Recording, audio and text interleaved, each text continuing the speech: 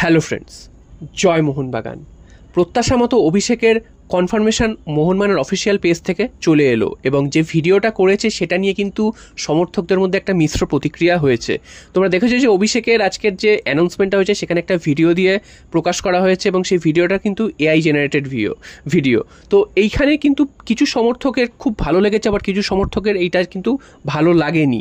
তো সে কারণে আসবো যে কেন ভালো লাগেনি বা কেন ভালো লেগেছে। প্রথম কথা, যে ভালো লেগেছে এই কারণে ভিডিওটা একটু অন্যরকমভাবে করা হয়েছে এবং সেখানে এআই ইউজ করা হয়েছে এবং বিভিন্ন রকম ভাবে দেখানো হয়েছে, বিভিন্ন জিনিস দেখানো হয়েছে।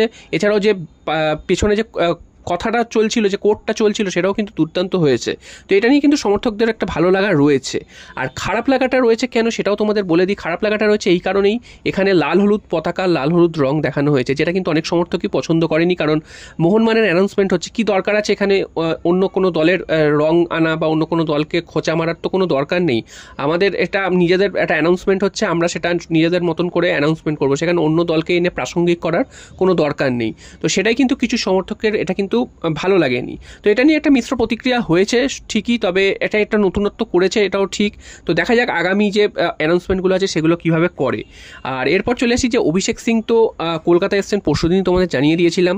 ও সই হবে 2-1 দিনের মধ্যে, সেটাও জানিয়ে দিয়েছিলাম। তো প্রত্যাশার মতো আজকের সইয়ের অ্যানাউন্সমেন্ট চলে এসছে এবং তাকে মোহনবাগান সই করাচ্ছে, এটা কিন্তু কনফার্ম হয়ে গেছে। এবার তিনি কিন্তু আজকের অনুশীলনেও নেমে পড়েছেন। তো অনুশীলনে কিন্তু আজকে সমস্ত ভারতীয় ফুটবলাররাই প্রায় নেমে পড়েছেন। 2-1 জন এখনও আসেননি, যেমন সাহাল আব্দুল সামাদ যোগ দেননি, এছাড়াও সুভাশিস বোস যোগ দেয়নি। বাকি সমস্ত ভারতীয় ফুটবলাররা কিন্তু আজকের অনুশীলনে নেমে পড়েছেন। যদিও আজকের বল পায় কোনো রকম অনুশীলন হয়নি, তবে এমনি জাস্ট শারীরিক কসরত এগুলো কিন্তু করেছে। আর আগামী পরশুদিন রয়েছে Mohun Bagan East Bengal derby match CFL এর, এবং তারপর কিন্তু 31 তারিখ মোহনবাগানের বিরুদ্ধে মোহনবাগান ডুরান্ড কাপের অভিযান শুরু করবে। তো যেটা মনে করা হচ্ছে, প্রথমে কিন্তু আমরা জেনেছিলাম যে ডুরান্ড কাপের প্রথম 2টো ম্যাচ মোহনবাগানের যারা সিএফএল খেলছে তারাই খেলতে নামবে। তবে এখন যেটা জানা যাচ্ছে, হয়তো এই যে ভারতীয় ফুটবলাররা অনুশীলন করছে, হাতে আর তো 1 সপ্তাহ মতন সময় পাবে মোহনবাগান ম্যাচের আগে। তো সেখানে কিন্তু আমরা এই প্লেয়ারদের মধ্যে কারুকে দেখলেও দেখতে পেতে পারি। হয়তো পুরো ম্যাচ তারা খেলবেন না ঠিকই, তবে কিছুক্ষণের জন্য হয়তো তাদেরকে দেখতে পেতে পারি। তো এটা একটা ভালো খবর, কারণ আমরা চাইছিলাম যে মোহনবাগান ভালো খেলুক, নকআউটে উঠুক, কারণ নকআউটে উঠতে গেলেও তো ম্যাচগুলো জিততে হবে। তো সেখানে দাঁড়িয়ে যদি সব জুনিয়র দল নিয়ে খেলা এবং সেখানে যদি একটা কিছু এদিক ওদিক হয়, সেক্ষেত্রে তো মোহনবাগান নকআউটে উঠতেই পারবে না। তারপর তো সেখানে সিনিয়র দলের খেলার ব্যাপার, খেলবে কি খেলবে না সেটা পরের ব্যাপার।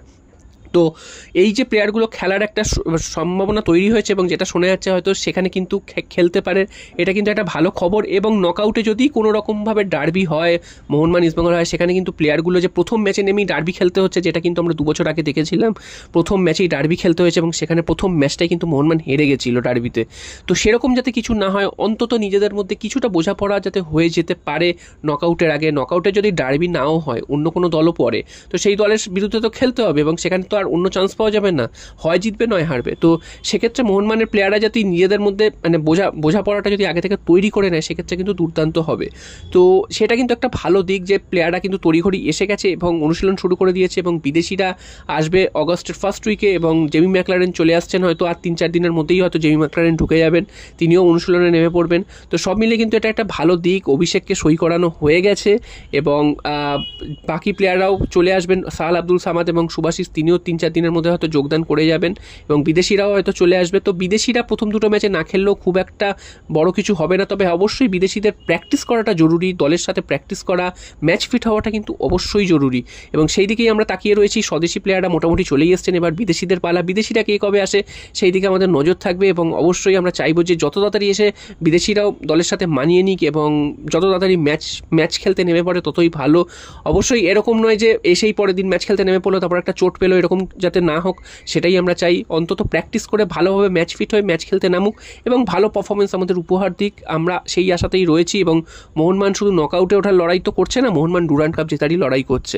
তো ডুরান্ড কাপটা কিন্তু এবার আমাদের নিয়ে আসতে হবে। আগের বছর হয়নি, একটুর জন্য আমরা রানার্স আপ হয়েছিলাম, এবার কিন্তু ডুরান্ড কাপটা নিয়ে আসতে হবে, এই কিন্তু আমাদেরকে মোটো রাখতে হবে, এটা কিন্তু বলা যায়। তো দেখা যাক শেষ পর্যন্ত কি হয় এবং বিদেশি প্লেয়াররা কবে আসে। অবশ্যই আমাদের ফোকাস থাকবে আগামী পরশুদিনের ডার্বি ম্যাচ ডার্বি ম্যাচে কিন্তু আমরা আশাবাদী আমরা ভালো পারফরমেন্স করব, কারণ এই মুহূর্তে মোহনবাগান একটা ভালো পজিশনে রয়েছে। সেই তুলনায় ইস্টবেঙ্গল একটু পিছিয়ে রয়েছে। লাস্ট দুটো ম্যাচ তারা একটা ড্র করেছে, একটা হেরেছে, সেখান থেকে কিন্তু তাদের একটু পিছিয়ে রয়েছে। যদিও মোহনবাগান খুব একটা ভালো খেলেছে বলা যাবে না, একটা ম্যাচ ড্র করেছে এবং লাস্ট ম্যাচটা জিতেছে। তো সেদিক থেকে মোহনবাগানের টেবিলের পজিশনটা একটু ভালো জায়গায় রয়েছে। তবে ডার্বি ম্যাচ কোনো কিছু বলা যায় না, যখন তখন যা খুশি হতে পারে, এবং সেটা কিন্তু কল্যাণীতে হচ্ছে, যুবভারতীতে হচ্ছে না। তো সেটাও কিন্তু একটা ফ্যাক্টর। এরকম ছোট মাঠে হচ্ছে, যুবভারতী হলে একটা বড় মাঠ হয়, সেখানে অন্যরকম খেলা হয়। তো আশা করছি একটা ভালো ডার্বি আমরা উপভোগ করব এবং অবশ্যই আমাদের প্রিয় দল মোহনবাগান জয়লাভ করবে, এটাই কিন্তু আমরা চাইবো। তো দেখা যাক ডার্বিতে কী হয়। অবশ্যই আমাদের আশা থাকবে যে ডার্বিতে মোহনবাগান জয়লাভ করবে, কারণ অনেক দিন কিন্তু কলকাতা লিগের ডার্বিতে মোহনবাগানের ভালো পারফরমেন্স আমরা দেখিনি, এবং মোহনবাগান কিন্তু কলকাতা লিগের ম্যাচগুলো কিন্তু ভালোভাবে খেলে না। তো এবার কিন্তু একটু ভালো ফর্মে রয়েছে অন্য বারের তুলনায়। তো আমাদের আশা রয়েছে এবারের ডার্বিতে একটা অন্য কিছু হবে এবং ডার্বিতে কিন্তু আমরা জয়লাভ করব। দেখা যাক কী হয়।